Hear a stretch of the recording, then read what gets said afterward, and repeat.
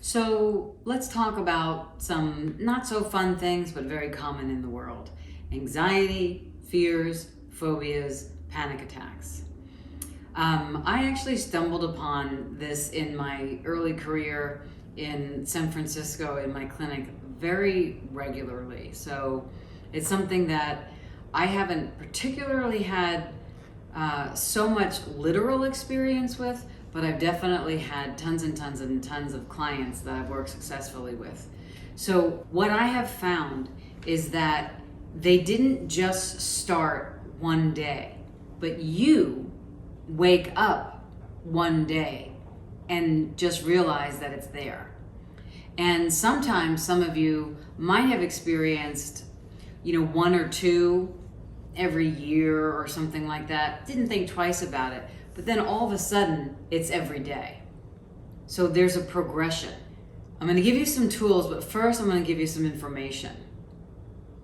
Whatever is going on in your present moment, you will experience the fear, the phobia, the panic attack, and the anxiety. That moment in the present day is what you have to focus on. You need to know what it is, know the players, and know where you're feeling and what you're feeling in your body. And this is with a trained helping professional. And this is what I did with my clients. Tell me what happened, what triggered it, how are you doing right before it, and what happened when you were in it and after it. And so we get part of the story. It's really important. And then you track it in your body about what's going on. And then with a technique that I created called the ROAR technique, what I do is I take that present and I track it back with you. And from the first moment, which feels exactly like the present moment, there's a connection. Once that connection is identified, I and you together can collapse that entire disorder. And what that means, you will not have the fears, the phobias, the panic attacks, or the anxieties in the same way, or possibly not even have it at all. Yes, I say not at all, because I've seen asthma be the root, what shown, but underneath it from the past was a panic attack because of something that happened in the past. And once I got that connection with the present symptom, boom, asthma gone.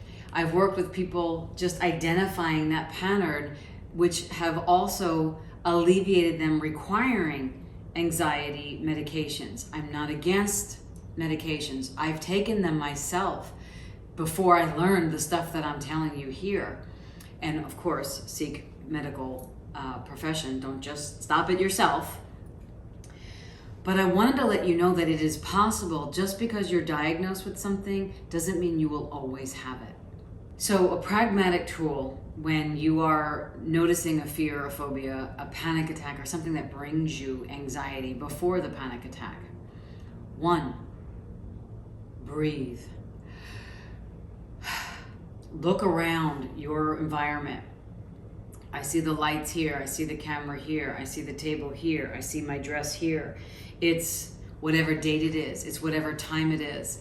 Like, get yourself present in the now. Feel your feet on the earth or on the floor. If you need to, go outside. Put the phone down, shut off the computer, stop whatever, leave the scenario that is bothering you, and get the sun on you, get the wind on you. Close your eyes and hear the birds. And always put one hand on your heart center and one hand on your pubic bone or just underneath your belt. Close your eyes and breathe and say, I'm 100% connected to myself. I'm 100% connected to me. I am safe and I am free. Show me the next right action and the next right step for me. And who am I asking when I say show me? You're basically asking yourself, and you're asking the infinite universe, now that you're present with it, to take you by the hand and show you the next right step.